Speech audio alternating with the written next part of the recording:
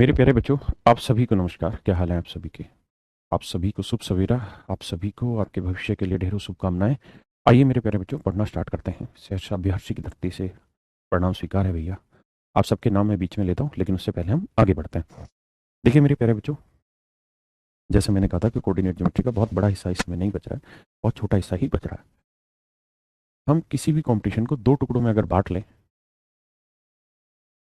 और उन दो टुकड़ों की डिटेल से बात कर लें तो दो चीज़ें आपको समझ आएंगी। एक तो एसएससी और एक एसएससी बेस्ड एग्जाम, यानी जो क्वेश्चन एसएससी में पूछे जाते हैं या उसके जैसे जितने एग्जाम होते हैं छोटे छोटे स्टेट के और इनमें जो पूछे जाते हैं कोऑर्डिनेट ज्योमेट्री, वो मेरे प्यारे बच्चों आने वाले 15 से 20 मिनट में ही मैं ये पूरा सेगमेंट कंप्लीट कर लूंगा। जो पीछे तक चली आ रही थी, आज 15-20 मिनट में वो सेगमेंट कंप्लीट हो जाएगा। एक है मेरे बच्चे सीडीएस, जिसे हम कंबाइंड डिफेंस सर्विस के नाम से जानते हैं। यूपीएससी इस एग्जाम को कंडक्ट कराता है और ये one of the finest exam है और इसके लिए आपको तैयार होना पड़ेगा। तो मेरे प्यारे बच्चों, ये जो सीडीएस वाला एग्जाम है, इसमें कहानी कहाँ घूमती है कि इसमें जो क्वेश्चंस है कोऑर्डिनेट ज्योमेट्री के, उसमें एक पार्ट जुड़ा हुआ है सर्कल का। Circle and it's equation coordinate geometry का पार्ट है। तो बाकी नॉर्मल कंपटीशन में शायद इससे सवाल ना पूछे जाए, या हो सकता है कभी पूछ भी ले, लेकिन हाँ सीडीएस में इससे रिलेटेड सवालों को खूब धड़ल्ले से पूछा जाता है।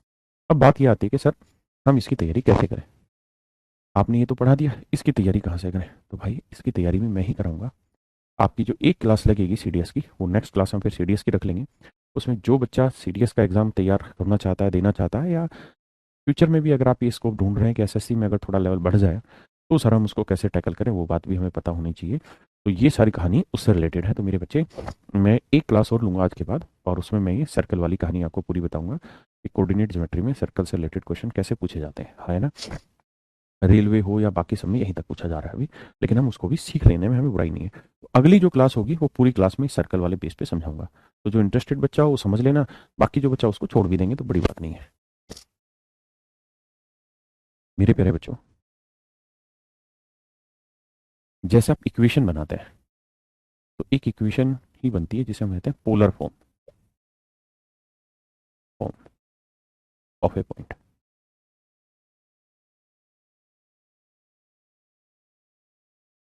हिंदी में कहते हैं बिंदु का ध्रुवीय रूप। बिंदु का ध्रुवीय रूप, जितनी छोटी छोटी चीजें हैं वो सारी मैं कंप्लीट करा रहा हूँ। इसकी ध्रुवीय शायद ऐसे लिखा जाता होगा, ध्रुवीय रूप। आज तक एक ही सवाल इस पे पूछा गया है, लेकिन कॉन्सेप्ट ही बहुत छोटा है, लेकिन हमें समझ लेना। मैं आप सबको गुड मॉर्निंग विश करता हूँ। थोड़ी देर रुक जाइए, कॉन्सेप्ट उठा लेने दीजिए। पोलर फॉर्म होती क्या है बेसिकली?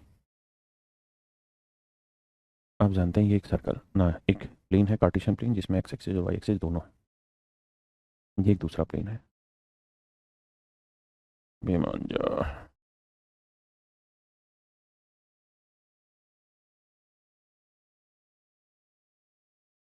मेरे प्यारे बच्चों, मान लीजिए यहाँ कोई पॉइंट है, ये पॉइंट है ए बी, है ना, या इसको ए बी से नहीं एक्स वाई से डिनोट करता हूँ ज़्यादा बेहतर तरीके से। तो क्या आप मुझे बता सकते हैं कि इस एक्स वाई की, यानी जो पॉइंट है, इसकी ओरिजिन से डिस्टेंस क्या होगी? क्योंकि ये तो कार्टेशियन प्लेन का ओरिजिन है, मूल बिंदु है। तो मूल बिंदु से मेरे प्यारे बच्चों इसकी दूरी क्या होगी? मूल बिंदु होता है 0 0। क्या निकाल सकता है कोई पॉइंट बंदा? मतलब आप में से क्या कोई इस चीज़ को निकाल सकता है? साउंड स्लो हो रही है, तेज करते हैं। आज थोड़ी जुकाम है, ये क्लास तो मैं यहीं से ले रहा हूँ, लेकिन इसके बाद मैं छुट्टी करूँगा। शाम की क्लास मैं अपने घर से लूँगा आज। तो वहाँ थोड़ी सी लाइट की इशू रहेगी, साउंड थोड़ी स्लो भी रहेगी वहाँ। आज पता नहीं कैसे ठंड पकड़ गई।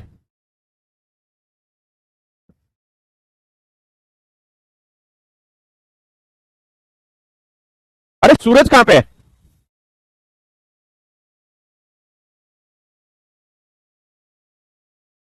नहीं नहीं, टिक नहीं, जो नंबर लगे हुए थे बस नंबर के तू हो रहा ढक्कन, तुझे समझा के गया था।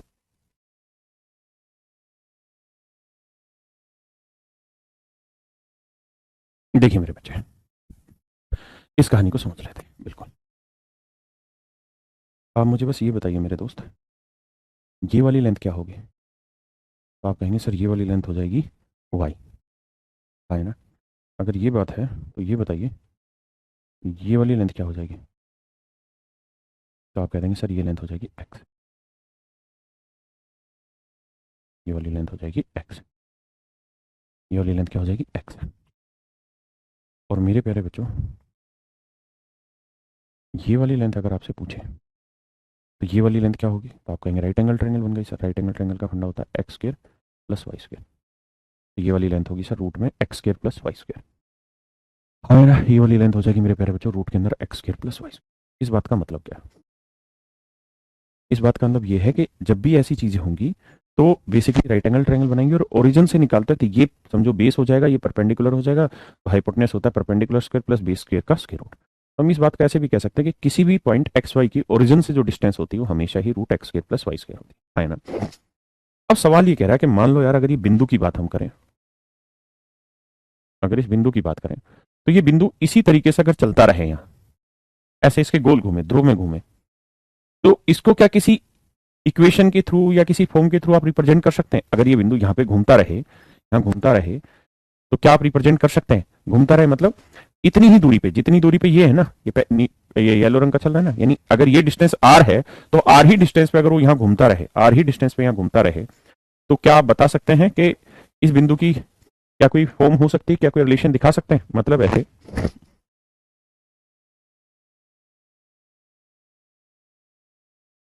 ये सेंटर हो गया बाबू,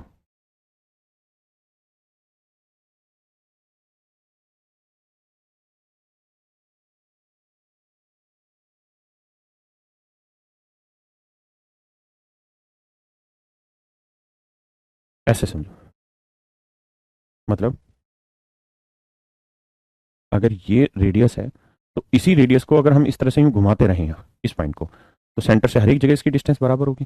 तो पूछ रहा है क्या इस पॉइंट की कोई आप इक्वेशन बना सकते हैं? तो बना सकते हैं, उस इक्वेशन पे चर्चा कर लेते हैं मेरे प्यारे बच्चों। अब थोड़ी बड़ी बात करते हैं। अगर मैं इसका नाम आर रख दूं तो आपको कोई आपत्ति है? आप कहें कोई दिक्कत नहीं सर, आर रख लीजिए। और आर की वैल्यू क्या होगी सर? आर की वैल्यू होगी root X square plus Y square. बहुत सुंदर। अब मेरे बच्चों मुझे ये बताइए, अगर इस वाले एंगल का नाम मैं थीटा रख दूं, इस वाले एंगल का नाम मेरे प्यारे बच्चों मैं थीटा रख दूं, इस वाले एंगल का नाम मेरे प्यारे बच्चों मैं थीटा रख दूं, तो क्या आप मुझे बताओगे कि एक्स बटे आर क्या होगा? थोड़ा ट्रिग्नोमेट्री का कॉन्सेप्ट है। तो आप कहेंगे एक्स हुआ सर बेस, ये हुआ हाइपोटेनस, तो बेस अपॉन हाइपोटेनस होता है सर कोस, तो ये हो जाएगा कोस थीटा। एक्स की वैल्यू आ गई आर कोस थीटा, है ना। और अगर मेरे बच्चों में वाई अपॉन आर लिख दूं तो जिनको बेसिक समझ है वो कहेंगे कि सर एंगल के सामने वाला परपेंडिकुलर ही हाइपोटेनस, तो वाई अपॉन आर हो गया परपेंडिकुलर अपॉन हाइपोटेनस, ये होगा साइन थीटा। तो वाई की वैल्यू आई मेरे बच्चे आर साइन थीटा, है ना। क्या आप सहमत है? तो हम इसकी स्टैंडर्ड फॉर्म ये कह सकते हैं कि सर यहाँ जो पॉइंट आएगा ना, यहाँ जो पॉइंट आएगा उस पॉइंट की स्टैंडर्ड फॉर्म लिख सकते हैं, एक्स की जो वैल्यू होगी वो आर कोस थीटा और वाई की वैल्यू होगी आर साइन थीटा, है ना। क्या आप सहमत हैं? R cos theta R sine theta, ये जो होगी ये मेरे प्यारे बच्चों आपकी पोलर फॉर्म कहलाएगी, ये आपकी पोलर फॉर्म कहलाएगी। ये जो है ये आपकी polar form of a point कहलाएगी। एक बार समझो भाई।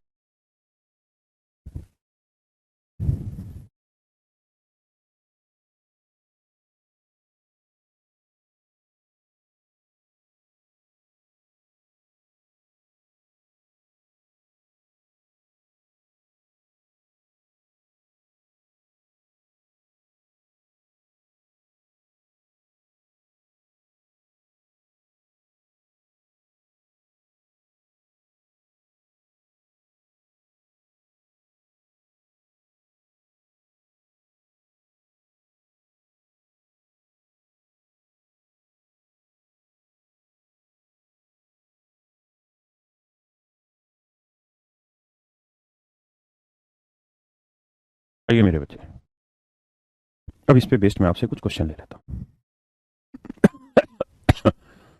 प्लीज सोल्व कर। कह रहा है find the polar form of a point one one, कि किसी बिंदु एक एक का, किसी बिंदु एक एक का ध्रुवीय रूप ज्ञात करें, किसी बिंदु एक एक का ध्रुवीय रूप ज्ञात करें। बिल्कुल पंकज भाई, मूल बिंदु से, मूल बिंदु पे अगर किसी सर्कल का सेंटर है तो उसकी इक्वेशन यही होती है, इसमें कोई दो राय नहीं।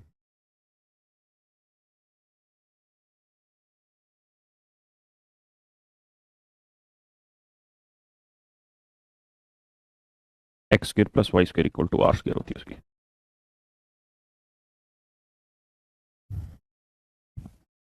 आइए मित्र मंडली समझिए बात को। भाई ऐसे समझो, आप थोड़ी स्पीड डाउन रहेगी भाई पढ़ाने की, आप प्लीज़ एडजस्ट करके चलिएगा। ये मौसम जो बदलता है साला बहुत दिक्कत देता है।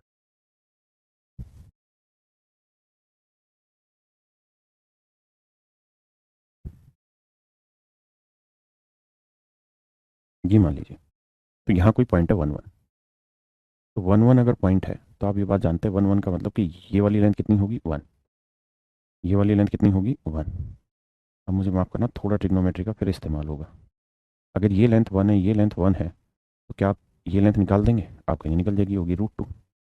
और मेरे बच्चे, जब मैं ट्रिग्नोमेट्री में एक चैप्टर है हाइट एंड डिस्टेंस उसको पढ़ाऊंगा तब आपको बताऊंगा कि एक एक √2 बनता है, तो ये वाला एंगल बनता है 45 डिग्री। कितना होता है? 45 डिग्री। जिसको समझ आ जाए पढ़ लेना, नहीं तो छोड़ देना। अब मेरे प्यारे बच्चों, इसका फार्मूला था इसकी पोलर फॉर्म बनाने का, R cos theta R sine theta,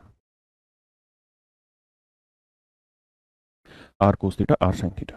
अब आपने क्या करना, आर निकालना। आर होगा ये √2, तो पोलर फॉर्म होगी √2। थीटा की वैल्यू क्या है? 45 डिग्री। आर की वैल्यू √2, थीटा की वैल्यू 45, तो साइन 45 डिग्री। ये मेरे प्यारे बच्चों आपकी पोलर फॉर्म होगी। अब ये गलती मत करना कि आपको उस 45 की वैल्यू रख दे, क्योंकि वैल्यू रखोगे यहाँ पे तो 1/√2 कट के यही आ जाएगा। तो ये तो दे ही रखा था। आपसे ये थोड़ी पूछा है, आपसे पूछा है कि इसकी पोलर फॉर्म क्या होगी, है ना? आइए करो मेरे भाई, शांति से पढ़ते रहना, चै चमत करना। मार दिल खींच के तमाचा, ही हंस दिल रिंकिया के पापा। तुम्हें खूबसूरत गाने सुनाएंगे हम।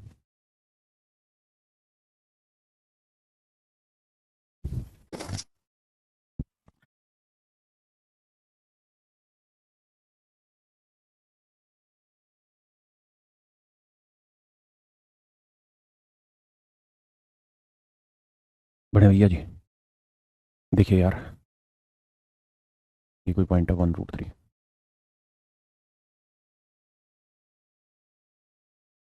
इसका मतलब ये लेंथ है √3, ये लेंथ है 1, है ना? ये ओरिजिन है, तो ये डिस्टेंस होगी रेडियस। रेडियस का फार्मूला था क्या? एक्स के यानी 1 का वर्ग जमा √3 का वर्ग। 3 और 1 4 का वर्गमूल 2, तो रेडियस आ गई 2।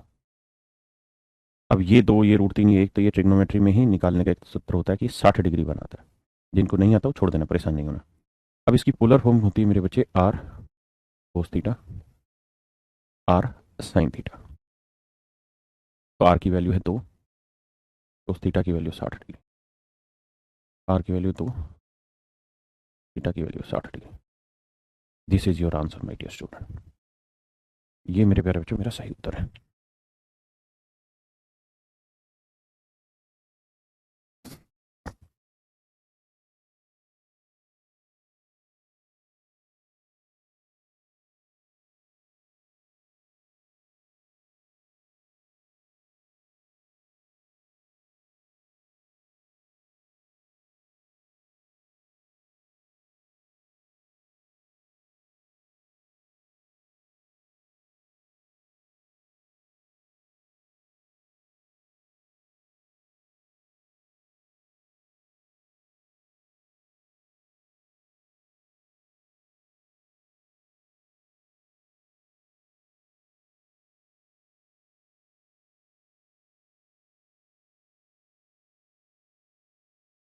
देखिए यार,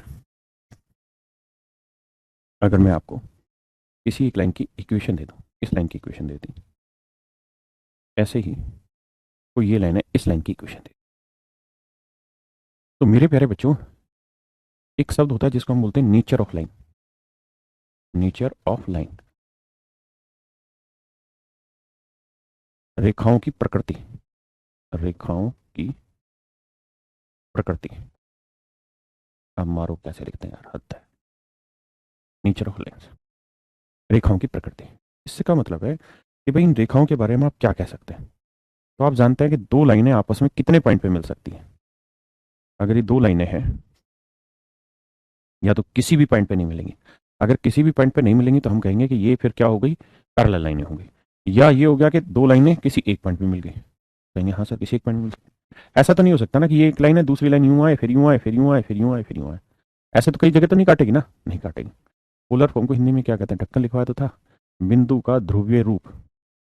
तो आप कहेंगे ना सर कैसी बात करो, लाइन जो होती है स्ट्रेट लाइन होती है, तो लाइन या तो किसी दूसरी लाइन को किसी एक पॉइंट पे काटेगी, या तो कोई लाइन किसी दूसरी लाइन को एक पॉइंट पे काटेगी, या फिर किसी भी पॉइंट पे नहीं काटेगी, या फिर हर पॉइंट पे काटेगी। जैसे ये लाइन है और मैं एक और लाइन ले लेता हूँ, वो लाइन में जस्ट इसी के ऊपर लगा लूँ, आपको दिखाने के लिए थोड़ा दूर करो, इसी के ऊपर खींच लो ऐसे, तो आप देखेंगे कि अगर एक ही लाइन के ऊपर मैं दूसरी लाइन खींच दूं, एक ही लाइन के ऊपर मैं अगर दूसरी लाइन खींच दूं, ये लाइन इसी के ऊपर मैं अगर खींच दूंगा, यहाँ देखिए इसी के ऊपर मेरे बच्चे अगर मैं खींच दूंगा, तो आप कहेंगे दोनों लाइनें तो हर जगह मिल रही हैं, ये दोनों लाइनें तो हर जगह मिल रही हैं, है ना। तो कुल मिला के देसी भाषा में हम कहें कि भाई लाइन का नेचर कैसे बनाया जा सकता है, क्या नेचर हो सकता है, तो तीन तरीके से डिफाइन कर सकते हैं कि या तो लाइनें किसी एक पॉइंट पे आके मिलेंगी, या लाइनें हर पॉइंट पे आके मिलेंगी, या लाइनें मिलेंगी ही नहीं, बस तीन ही हो सकता है और तो कोई हो नहीं सकता। ठीक है भाई, बात समझे। अब इसी चीज को हमें यह समझना है कि क्या अगर कोई दो इक्वेशन दे रखी हो तो दोनों इक्वेशन सोल्व करके फिर जो एक्स वाई की वैल्यू आती है वही तो आप कहते हैं कि वो पॉइंट ऑफ इंटरसेक्शन है, वही तो मेरे बच्चे आप कहते हैं कि पॉइंट ऑफ इंटरसेक्शन है, हाँ है ना। जैसे एक समझाता हूं, मैं आपको कहूं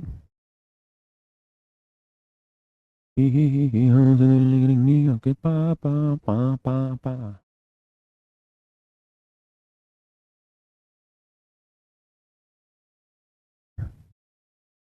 मुझे एक्स वाई की वैल्यू निकाल के बताइए क्या हो गया प्लीज, दोनों इक्वेशन को सोल्व करिए और एक्स वाई की वैल्यू बताइए क्या हो गया।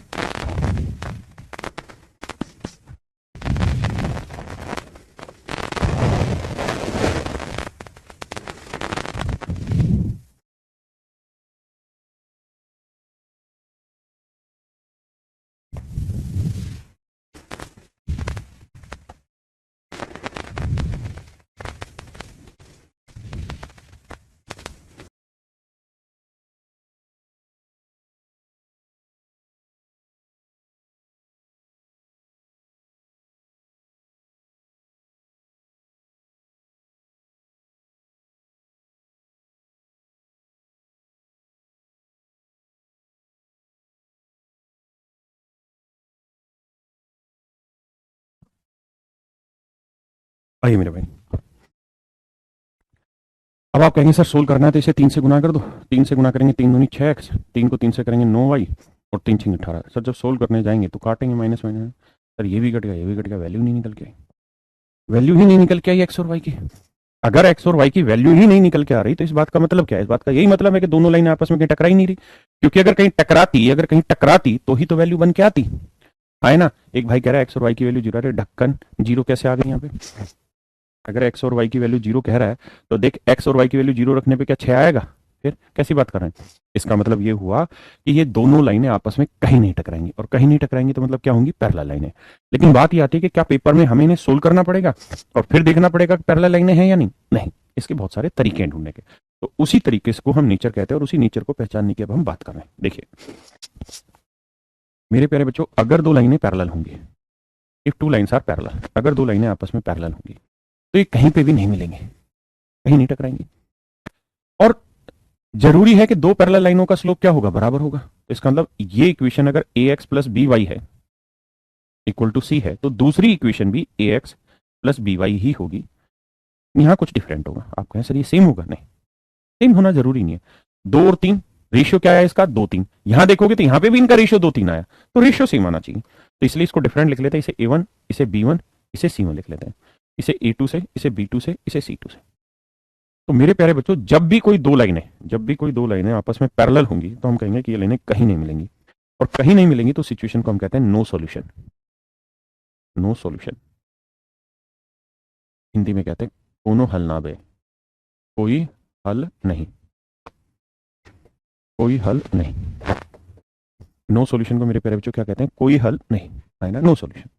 तो जब आप इसको सोल्व करेंगे मेरे बच्चे, तो कोई हल नहीं, पैरेलल लाइनें कब होंगी, जब A1 अपॉन A2 बराबर आ जाए B1 अपॉन B2 के, बट बराबर नहीं होना चाहिए C1 अपॉन C2। यानी जब ये रिलेशन बन जाए कि इन दोनों का रेशियो इन दोनों के रेशियो के बराबर हो, लेकिन इसके बराबर ना हो, तो उस सिचुएशन को हम कहते हैं नो सॉल्यूशन, यानी ये कहीं आपस में नहीं मिलेंगी, पैरेलल लाइनें है ना। क्या है मेरे बच्चे, पैरेलल लाइन। अगला, अगर सर सिचुएशन ऐसी हो कि एक लाइन दूसरी लाइन के ऊपर कोइंसाइड हो रही हो, अरे मजा, यानी एक लाइन दूसरी लाइन के ऊपर लाई कर रही हो, एक लाइन दूसरी लाइन के ऊपर लाई कर रही हो, एक के ऊपर दूसरी लाइन चढ़ रही हो, तो इसको क्या कहते हैं। तो आप कहेंगे तो हर जगह मिल रही है, कोइंसाइड हो रही है, इसे हिंदी में कहते हैं मैनी ना इंग्लिश में मैनी या इन्फिनाइट सॉल्यूशन।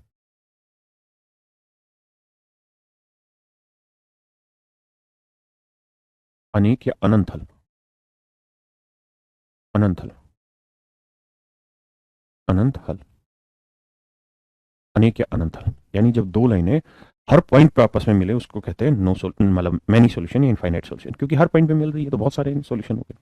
इसमें कहानी क्या होगी कि A1 बटे A2 बराबर हो जाएगा B1 बटे B2 बराबर C1 बटे C2। ओके, कैसी होंगी ये सर, ये ऐसी होंगी कि भैया 2x जमा 3y बराबर 10, 6x 9y बराबर 30, ऐसे दो इक्वेशन दे दी। अगर इन दोनों ही लाइनों को देखोगे तो दोनों ही एक ही लाइन है, क्योंकि अगर पूरे में से इसमें से 3 कॉमन ले दूं तो 3 दूनी 6, 3 3 9, 3 ढाई 30, इक्वेशन बनेगी 2x जमा 3y बराबर 10। अरे हाँ है ना, क्या मेरी बात से सहमत है या नहीं, तो आपका जवाब होगा हाँ,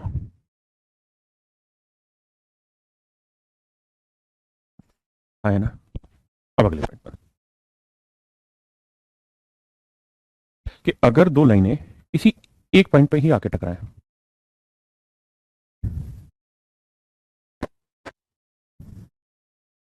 अगर ये दो लाइनें किसी एक पॉइंट पर आके टकरा रही हैं, E1 अपॉन,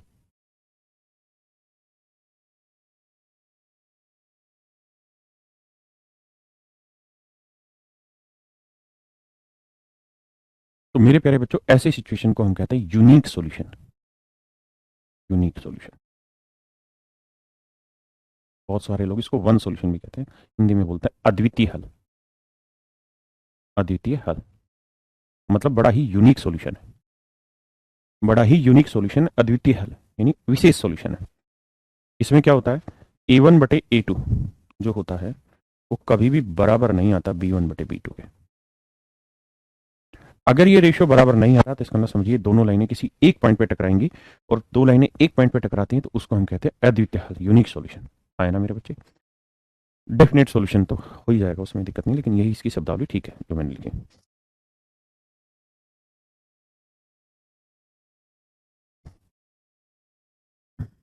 क्या बताना चाहेंगे इसको,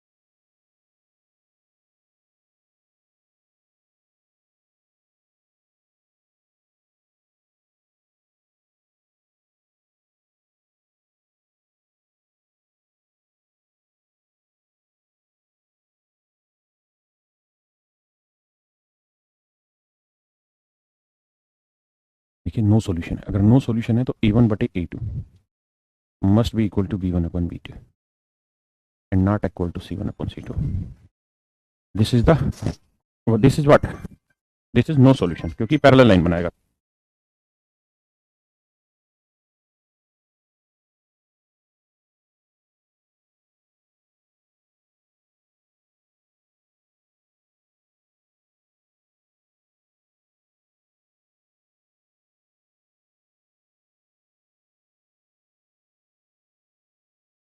देखिए मेरे बच्चे अब इस सवाल को कैसे टैकल किया जाए, आइए। A1 की वैल्यू क्या है 2, A2 की वैल्यू क्या है 6, B1 की वैल्यू क्या है -के, और B2 की वैल्यू क्या है -12। दो तिया 6, 3 चौक 12, तो के की वैल्यू निकल के आ गई मेरे प्यारे बच्चों 4। के की वैल्यू निकल के कितनी आ गई मेरे दोस्त? 4, है ना। एक चीज और भी, फिर इसी को भी आगे, अगर ये लाइन है और ये मान लीजिए मेरे बच्चे कोई दूसरी, अबे मान जा, ये कोई दूसरी लाइन है, इस लाइन का स्लोप आपके पास m1 है, इस लाइन का स्लोप मेरे प्यारे बच्चों आपके पास m2 है, और फिर आपसे वो पूछ ले कि भाई इन दोनों लाइनों के बीच बना हुआ कोण ज्ञात करिए, find the angle formed by these two lines. अगर दोनों लाइनों का स्लोप आपको दे रखा हो, इक्वेशन भी दे रखी होगी तो स्लोप तो निकाल ही सकते हैं। तो मेरे प्यारे बच्चों अगर आपको किन्हीं दो लाइनों का स्लोप दे रखा हो और उनके बीच का कोण पूछे, उसका फॉर्मूला बनता है टेन थीटा, फिर यहाँ मोड का साइन लगता है। मोड के साइन का मतलब होता है कि जो भी उत्तर निकल के आएगा वो पॉजिटिव आएगा, नेगेटिव नहीं आएगा, है ना। m1 माइनस m2 अपॉन में 1 प्लस m1 इंटू m2, या आप इसको लिखना चाहे मोड हटा के तो यहाँ प्लस माइनस लिखना होगा फिर उसमें, मतलब अगर प्लस आया तो प्लस ले लेना, अगर माइनस आया तो माइनस माइनस प्लस हो जाएगा। कुल मिला के समझे। तो ये अगर दो स्ट्रेट लाइनें आपको दे रखी हैं और उनके बीच का इंटरसेक्टिंग एंगल वो अगर आपसे पूछना चाहता है ना, तो उसका ये फार्मूला है। जैसे सवाल लेते हैं,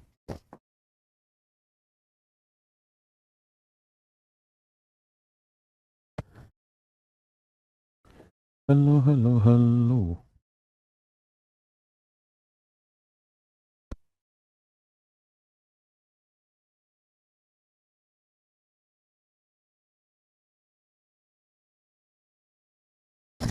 करिए मेरे भाई, थोड़ी स्पीड डाउन रखेंगे भाई।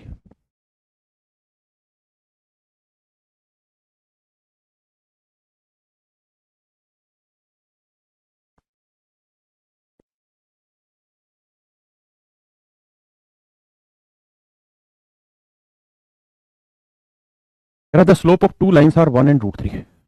दो लाइनों का जो स्लोप है वो 1 और √3 है। दो लाइनों का स्लोप 1 और √3 है, तो एक m1 मान लेते हैं, इसकी वैल्यू 1 है। एक m2 मान लेते हैं, उसकी वैल्यू मेरे प्यारे बच्चों √3। सवाल में कह रहा है टेन थीटा की वैल्यू बताइए। तो मॉडुलस में m1 minus m2 1 plus m1 into m2। m1 की वैल्यू क्या है? 1। m2 की वैल्यू क्या है? √3।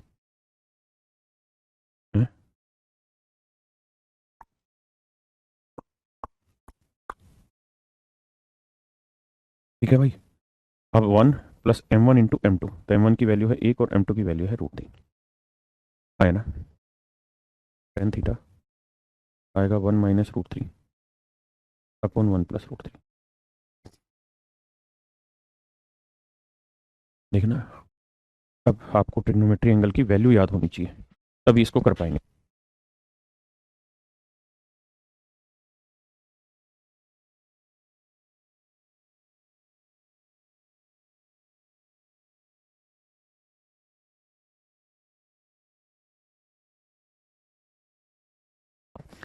आइए मेरे बच्चे, अब समस्या ये है कि फिर ट्रिग्नोमेट्री की जरूरत होगी। कैसे? टेन, जिसने पढ़ा होगा वो जानता है, टेन 15 डिग्री की वैल्यू होती है मेरे बच्चों क्या? √3 माइनस 1 अपॉन √3 प्लस 1। ये टेन 15 डिग्री की वैल्यू है। और अगर बाहर मॉडुलस का साइन लगा हुआ और मैं यहाँ 1 माइनस √3 लिख दूँ तो कोई फर्क नहीं पड़ता, ये मॉडुलस ही रहने दीजिए। यहाँ से मैं माइनस कॉमन ले लेता हूँ, तो ये क्या आएगा? √3 माइनस 1 आएगा। अब माइनस, मॉडुलस के बाहर तो माइनस आएगा नहीं, तो मॉडुलस हमेशा ही वैल्यू कैसी देगा? पॉजिटिव, तो √3 माइनस, है ना। तो जो समझ सकते हैं वो इस बात को ऐसे कह सकते हैं कि सर 1 माइनस √3 को हम चाहते तो ऐसे भी लिख सकते थे, √3 माइनस 1 अपॉन √3 प्लस 1।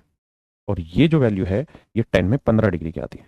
इसका मतलब इस दोनों लाइनों के बीच का जो कोण बनेगा वो कितने डिग्री का? 15 का। छोड़ देना जिसको ये पल्ले ना पड़ रहा हो।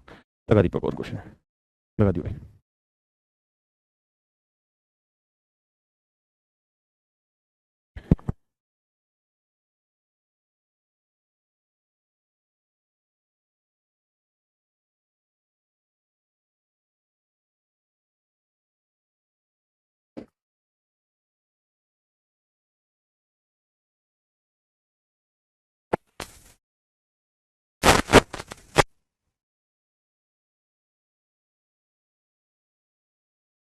आइए जी।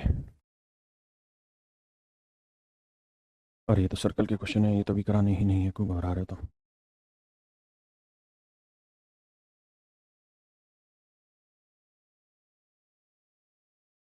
Please solve it. ये भाई अभी टाइप कराएंगे, हिंदी में मिल जाएगा आपको, चिंता मत करना। करिए जी। फॉर व्हाट वैल्यू ऑफ के the system of equation will be को इंसिडेंट। को इंसिडेंट को हिंदी में कहते हैं मैनी सॉल्यूशन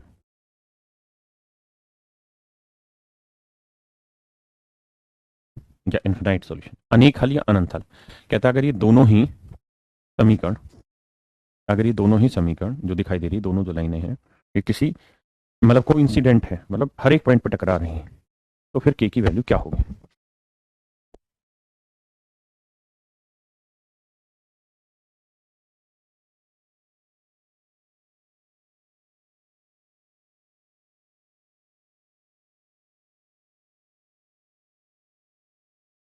देखो मेरे दोस्त,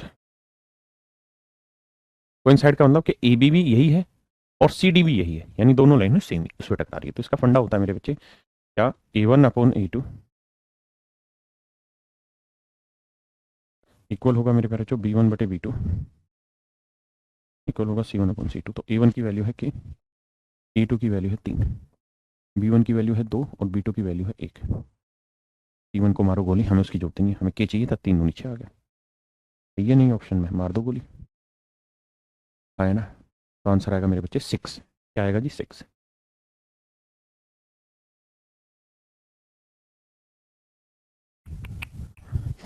है ना।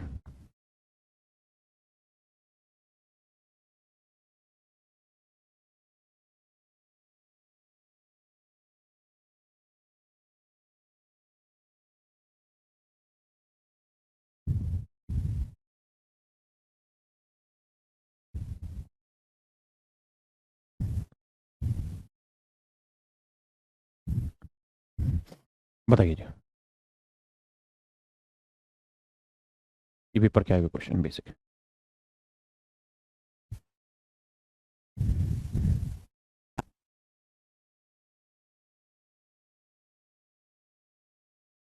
हाँ, उस वाले में वो C1 C2 में भी चेंज करा देना, उसमें टाइप की मिस्टेक की हुई है।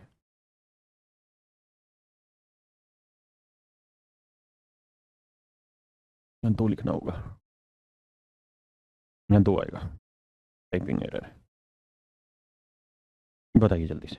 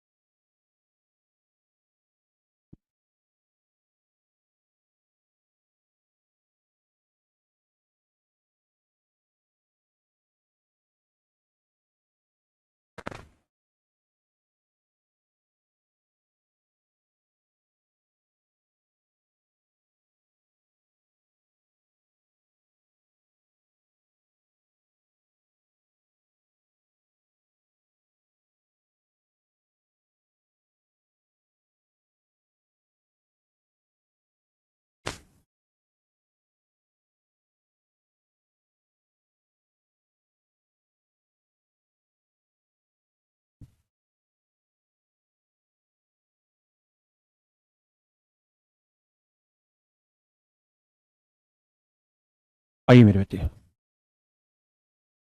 कहता है ये जो ग्राफ है इंटरसेप्ट करते हैं इस वाले बिंदु पे E4 पे, तो वैल्यू ऑफ के बताइए क्या होगा। तो मेरे प्यारे बच्चों एक बात बताओ, अगर ये 2 स्ट्रेट लाइन है और दोनों स्ट्रेट लाइन इस पॉइंट पर इंटरसेक्ट कर रही है और इस पॉइंट का नाम है A4, इसका मतलब ये पॉइंट इसको भी सेटिस्फाई करेगा और इसको भी, क्योंकि दोनों ही लाइनों पे आ रहा है। तो सबसे पहले क्या करो, A4 को इसमें रख लो, x की वैल्यू A तो 4 है, y की वैल्यू 4, तो 4 दूनी 8 बराबर 10, तो 4 बराबर 18, ए की वैल्यू 9/2, या 4 बराबर 18 ही छोड़ दो। अब इसमें भी यही वैल्यू रख दो, तो 4 x की जगह a, और y की वैल्यू क्या रखोगे 4, तो 4y, 4 के बराबर 2। अब मेरे बच्चे बताओ 4a की वैल्यू कितनी है, तो आप कहेंगे 18, तो यहाँ रख दो 18। तो 4k की वैल्यू आप जानोगे कितनी आएगी, 18 उधर जाएगा माइनस का, तो 2 - 18 आया -16, है ना। तो 4 चौक 16, तो k की वैल्यू कितनी आ गई मेरे प्यारे बच्चों, k की वैल्यू मेरे प्यारे बच्चों कितनी आ गई, -4, है ना। अब इससे कह रहे सर कुछ तो बात कीजिए। और सुना भाई, आपसे क्या हाल है, ढक्कन पढ़ने आ रहा है मुझसे की बात करने।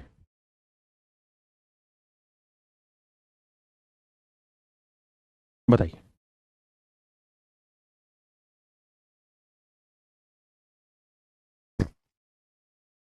बहुत अच्छी अच्छी चीज़ें बता रहा हूँ यार।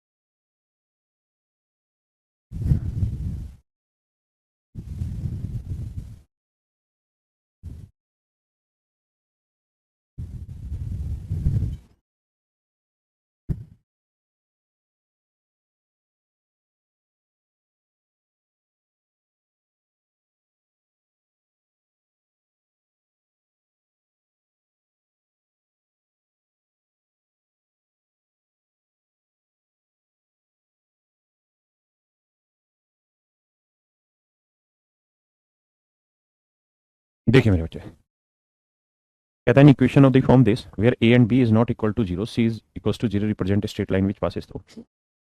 देखिए मेरे बच्चे, एक बात हमेशा ध्यान रखिए, आप इस बात को समझते हैं, ये कार्टेशियन प्लेन है, आप कहेंगे हाँ, और कोई भी लाइन मेरे प्यारे बच्चों जब इसको काटेगी ऐसे, कोई भी लाइन इसको काटेगी ऐसे, तो उस लाइन की इक्वेशन होगी क्या, A X plus B Y plus C equal to zero, है ना, आप कहेंगे हाँ। या आप जानते हो तो आप इस इक्वेशन को ऐसे भी कहते थे, Y equal to M X plus C. और मेरे प्यारे बच्चों, यहाँ जो सी होता था ये किसको रिप्रेजेंट करता था, तो आप कहते थे सर सी रिप्रेजेंट करता था बेसिकली वाई इंटरसेप्ट को, मतलब यहाँ से इस वाली लेंथ को, सी बेसिकली इस लेंथ को रिप्रेजेंट करता था, यानी ओरिजिन से ये डिस्टेंस है सी। अब आपका जो सवाल है उसमें इक्वेशन है A X plus B Y plus C equal to zero, और जहां कह रहा है कि सी की वैल्यू जीरो है। अगर सी की वैल्यू जीरो मतलब ओरिजिन से जहां ये लाइन काट रही है वाई एक्सिस को, वो लेंथ कितनी है, जीरो। जीरो लेंथ है तो इसका मतलब वो लाइन कहां से काटेगी, कहां से गुजरेगी, ओरिजिन से, क्योंकि ओरिजिन से गुजरेगी तभी तो उसकी ओरिजिन से डिस्टेंस जीरो होगी मेरे बच्चों। अरे हाँ है ना, तो इसका मतलब वो लाइन कहीं और से नहीं, जीरो जीरो से गुजर रही है, जीरो जीरो से गुजर रही है। निम इसलिए नहीं मिले क्वेश्चन क्योंकि अभी टाइप करा है मैं, आपको जो इसकी पीडीएफ देंगे ना टाइप की, उसमें हिंदी लिख के देंगे।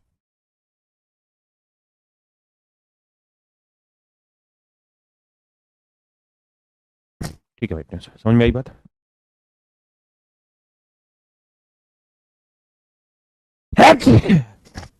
माफ करना।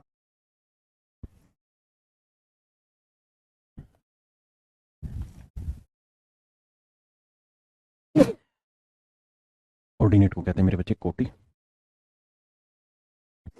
और एफसीसा को कहते हैं भुज।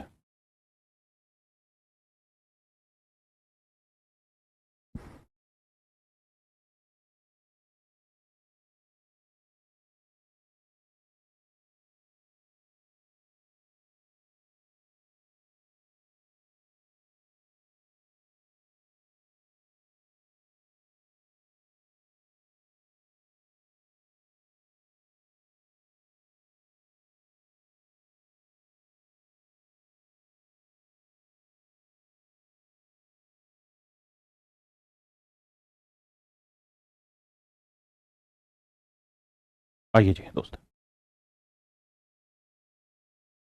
कहता था linear equation such that each point on it's graph has an ordinate four times of its abscissa.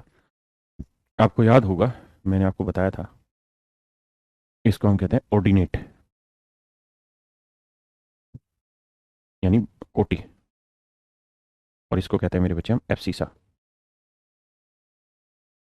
A B S E I double S, भुज।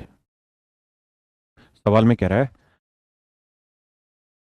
कि जो इसका ऑर्डिनेट है वो इसके भुज से चार गुना है, मतलब अगर एक्स वाले वर्टेक्स की लेंथ एक यूनिट होगी तो वाई वाले वर्टेक्स की लेंथ कितनी होगी, चार, हाँ है ना।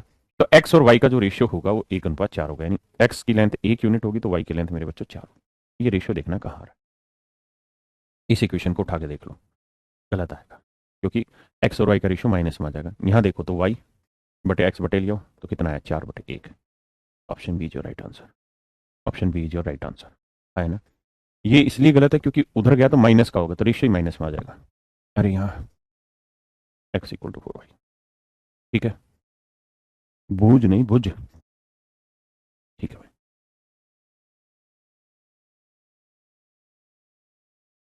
अब मेरे प्यारे बच्चों मुझे एक चीज़ बताइए, ये सारे पेपर के क्वेश्चन है,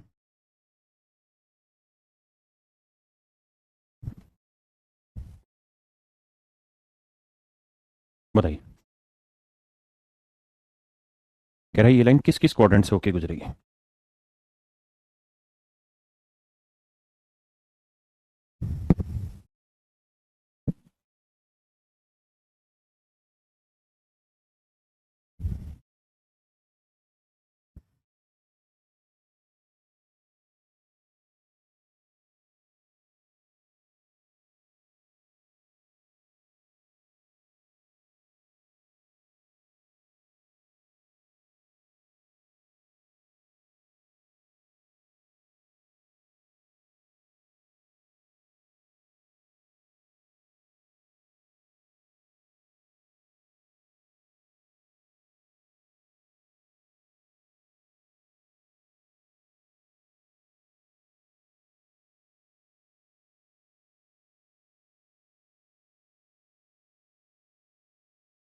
देखो मेरे बच्चे, 2x plus 3y equal to 12।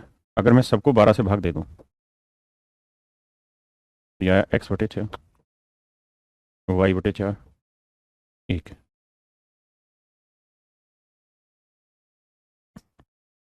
तो मेरे प्यारे बच्चों, मैंने बताया था कि x के नीचे 6 आया तो इसका मतलब ये x एक्सिस को कहाँ काटेगी, 6 पे, और y के नीचे 4 आया मतलब y एक्सिस को 4 पे, यानी ये लाइन ऐसे आएगी। तो कहाँ से गुजरेगी, इस पहले क्वाड्रेंट से, दूसरे से और चौथे से। तीसरे से नहीं गुजरेगी, तो तीसरे से नहीं गुजरेगी, तीसरे से नहीं गुजरेगी, तीसरे से नहीं गुजरेगी, पहले दूसरे और चौथे क्वाड्रेंट से गुजरेगी, है ना।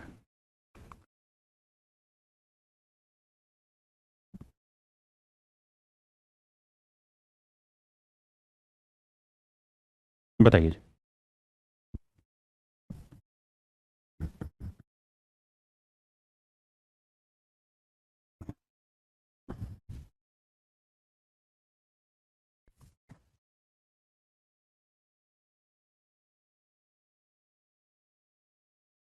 मेरे भाइयों, ध्यान ये रखना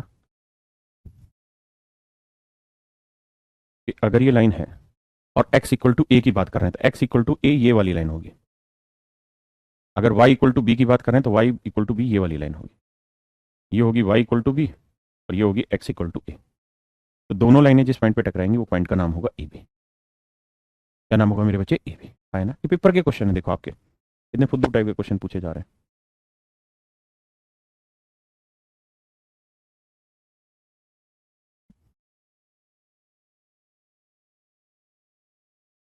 please have a look.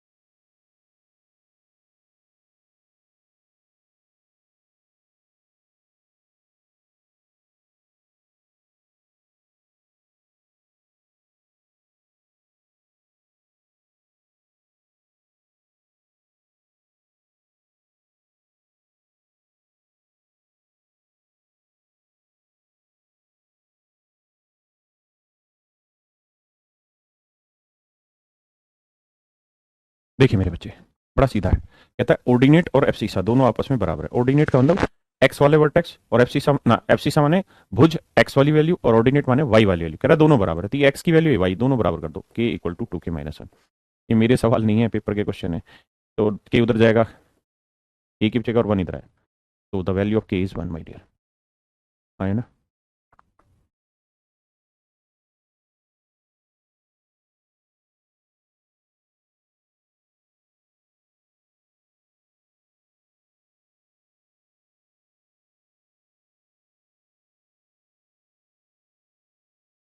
Please.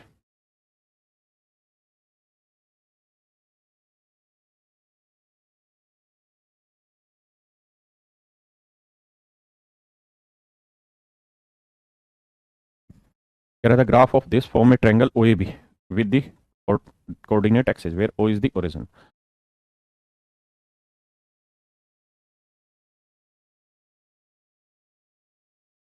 चलो इसको बेसिक से समझा दो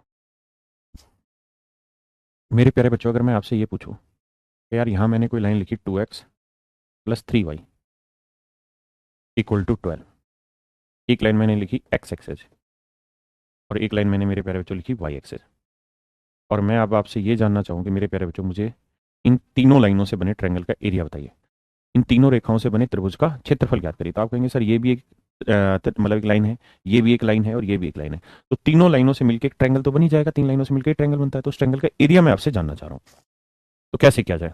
तो आप कहेंगे सर बनाते और समझते हैं सर कहानी को। सर ये वाली लाइन है वाई एक्सेस, है ना। ये वाली जो लाइन है सर ये है एक्स एक्सेस, ठीक है जी। ये वाली लाइन है सर एक्स एक्सेस, ये वाली लाइन है वाई एक्सेस। ये तो स्टैंडर्ड फॉर्म है। अब एक तीसरी लाइन है, वो है ये। अब ये लाइन बनेगी कैसे वहां, उसको पता करना है। तो उसका तरीका मैंने बताया था, क्या क्या करो, यहाँ जो नंबर लिखा उसे डिवाइड करो, 12 से यहाँ भी, यहाँ भी, यहाँ भी। जब ऐसा करोगे तो 2 × 12 तो ये आएगा x/6 प्लस 3 × 12 y/4, 12/12 यानी 1। तो x के नीचे 6 और y के नीचे 4, तो x के नीचे 6 मतलब यहाँ कोई पॉइंट होगा और ये पॉइंट होगा 6 0, और y के नीचे 4 मतलब ये वाला पॉइंट होगा 0 4। हाँ है ना। तो इन दोनों पॉइंटों को लेके बनाओगे तो ये लाइन बनेगी। हाँ है ना। आप कहोगे जी हाँ। तो अब हमने तीनों लाइनें मेरे बच्चे ड्रॉ कर ली। हाईलाइट कर देता हूँ। ये लाइन तो होगी सबसे ऊपर वाली जो लिखी हुई है, ठीक है जी। ये हो गई एक्स एक्सिस और ये हो गई वाई एक्सिस। तो तीनों से मिलकर एरिया कौन सा बना? तो आप कहोगे ये वाला सर। हाँ है ना। सर ये वाला जो एरिया बना है ये तीनों में सबसे कॉमन एरिया है। ये तीनों लाइनें मिलके किसी एक पोर्शन को कवर कर रही है, तो इसी पोर्शन को कवर कर रही है तीनों लाइनें मिलके। तो सर यही तो ट्रायंगल बनी और इस ट्रायंगल का एरिया हमको निकालना है। तो इसका एरिया निकालना कैसे जाएगा? तो सर सीधी बात है, ये लेंथ 6 है, ये लेंथ 4। और सर ये बात हमेशा आप भी ध्यान रखना कि एक्स एक्सिस और वाई एक्सिस जब भी टकराएंगी तो 90 पे ही टकराती है, क्योंकि एक्स एक्सिस और वाई एक्सिस एक हॉरिजॉन्टल लाइन है तो एक वर्टिकल लाइन है। हाँ है ना।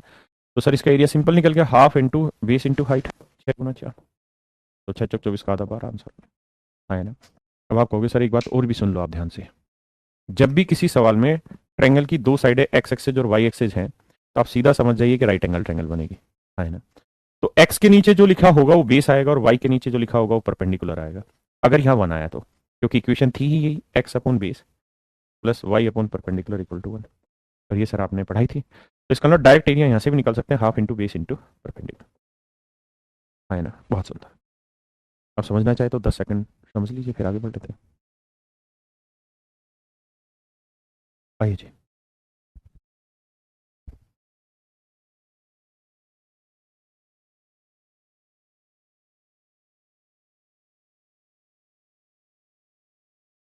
लेट मी द आंसर, मतलब मुझे आंसर दीजिए इसका।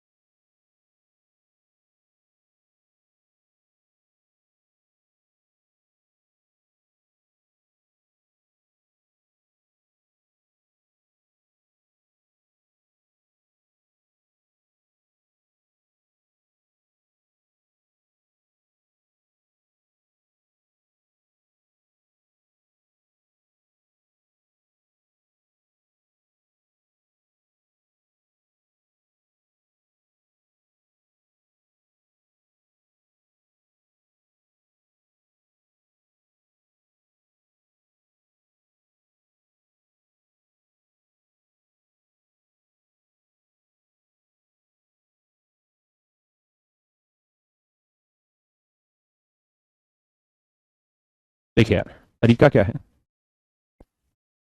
10 से भाग दे दो। भाग दोगे तो ये x/2.5 आएगा, y/2 आएगा और ये 1 आएगा। है ना मेरे बच्चे। तो एरिया निकाल दो सीधा, half into base into height. अगर आपको ये दिक्कत है कि ढाई कैसे आया तो ऐसे कर लो, 2 दूनी 4, 2 5 10, ये आ गया। अब 2 से ऊपर भी भाग दे दो, नीचे भी। तो नीचे भाग दोगे तो 5/2 और ऊपर 2 कट जाएगा, तो 5/2 मतलब ढाई तो आया। तो 2 से 2 कट गया तो आंसर आ गया मेरे बच्चे 2.5। क्या आप सहमत हैं मित्रों? मित्रों बताओ। कहा बिल्कुल ठीक है सर। सर बात पल्ले पड़ गई, सर बात पल्ले पड़ गई दोस्त, तो बताओ।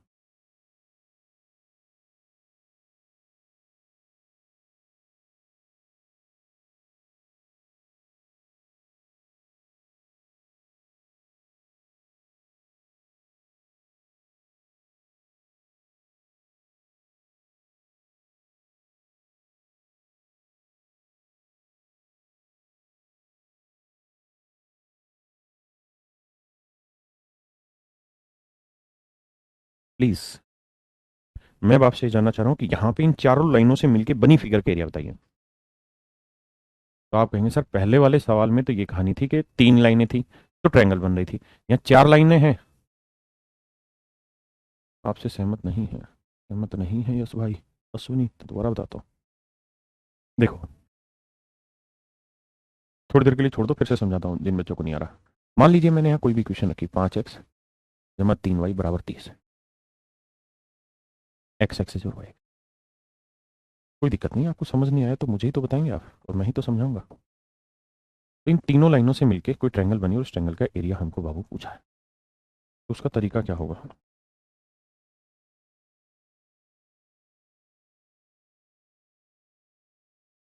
अबे यार हद है। सहमत है इतने से? आप कहेंगे हाँ। इससे सहमत है? हाँ जी हाँ।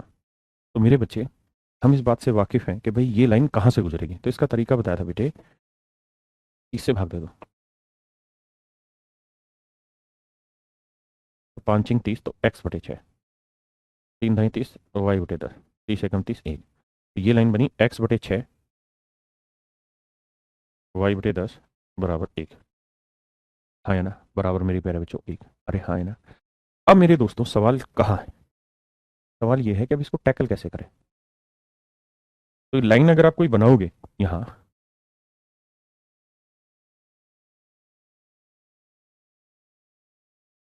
तो आप ये बताओ कि x के नीचे 6 तो मतलब ये वाली लेंथ कितनी आएगी? 6 जीरो।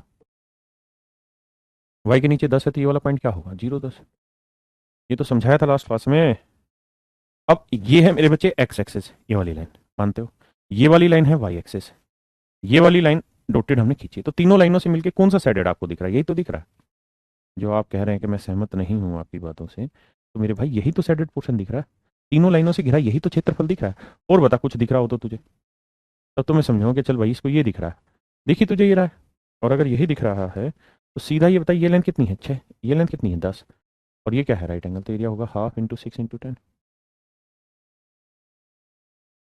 तो आंसर आ गया 30। हाँ है ना? अब मैं आपको ये कहना चाहता हूँ आप इतना प्रयास ही मत करो। अगर आपको ये पता है एक्स एक्सिस और वाई एक्सिस दोनों है तो राइट एंगल ही बनाएगा। तो सीधा यहाँ से कर दो 1/2 × 6 × 10। सीधा आंसर आ जाएगा। है ना? इक्वल में एक होना चाहिए। हाँ इक्वल में एक होगा तभी ये पंगा सेट होगा। अगर इक्वल में कुछ और था तो फिर इक्वल बनाना पड़ा ना 1।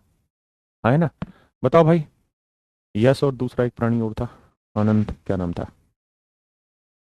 ऑल क्लियर है? अब बता दिया करो समझ में आया तो। अब आइए इस पे, कति ना घबराइए, धीरे धीरे पढ़ना। हमने कौन सा यहाँ विदेश जाना पड़ा के यहीं पर रहना हमने। तो तुम्हें अच्छे तरीके से समझाएंगे तभी तो जा पाएंगे।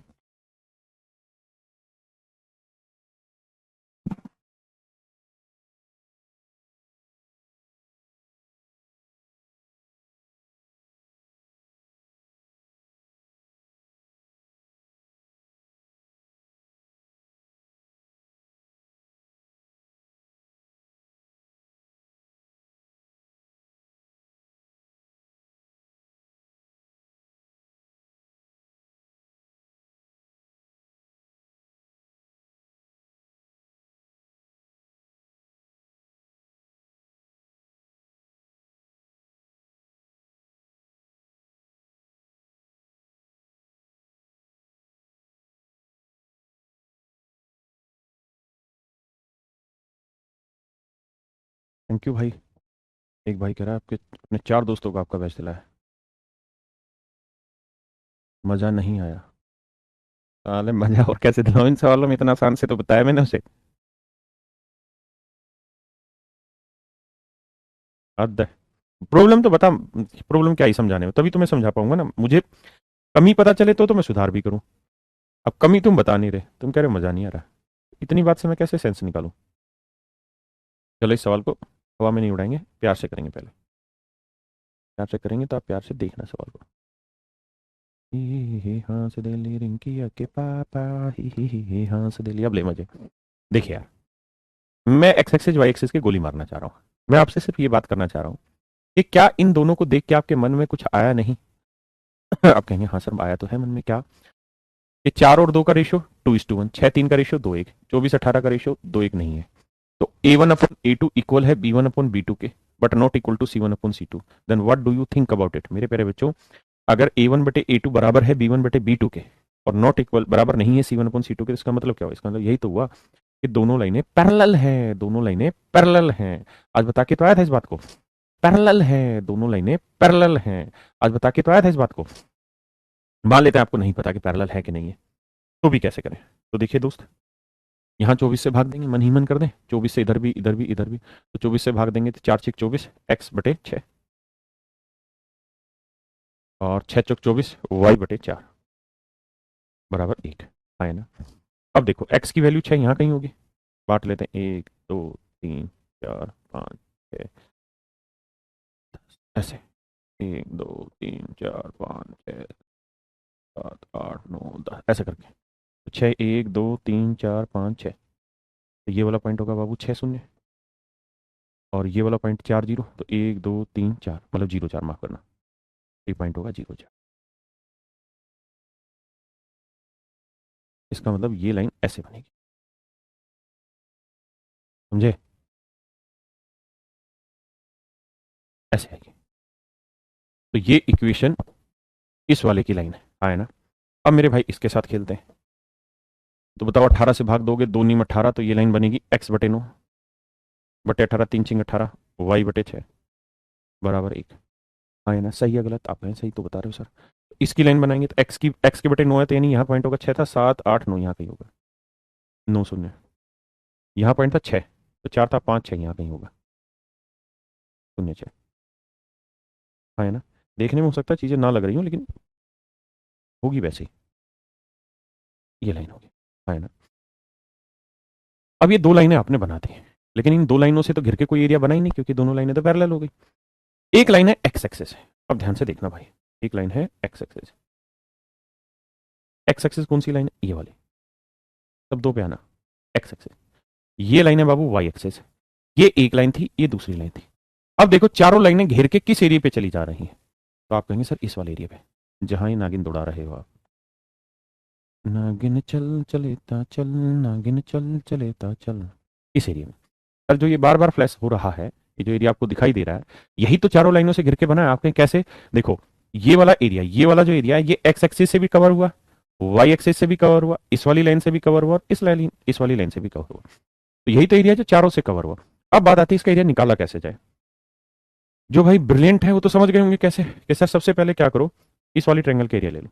ये तो राइट एंगल है, हाँ जी राइट एंगल है, तो एरिया लेते हैं। तो इसका एरिया होगा, बेस हो गया सर कितना 9, और हाइट कितनी होगी 6, तो हाफ इंटू 9 गुना 6, इसका एरिया आ गया 27। फिर क्या ले लें सर? फिर क्या करो ना सर, इसका एरिया ले लो, ये भी राइट एंगल है सर यहाँ पे। तो सर क्या हुआ, तो ये लाइन 6 हो गई सर, ये वाली लाइन 4, 4 6 6 4। इसका एरिया निकालना हो सर, कैसे निकलेगा? तो सर इसका एरिया हो जाएगा हाफ इंटू बेस 6 हाइट 4, तो 6 चौक 24। तो सर ये एरिया आ गया 24, ये पूरा एरिया आ गया 27 ये वाला। तो ये पूरा 27, 27 में से 24 हटाएंगे तो घिरा हुआ एरिया कितना आया 3। और यही तो आपसे पूछा था। इनकी के पापा ही ओहो ओहो ओहो, गलत कर दिया हम। सब सटिया गए। 6 चौक 24 का आधा 12, तो ये एरिया मेरे भाई 12 है, माफ करना। तो 27 में 12 गया 15, तो ये एरिया आएगा मेरे प्यारे बच्चों 15।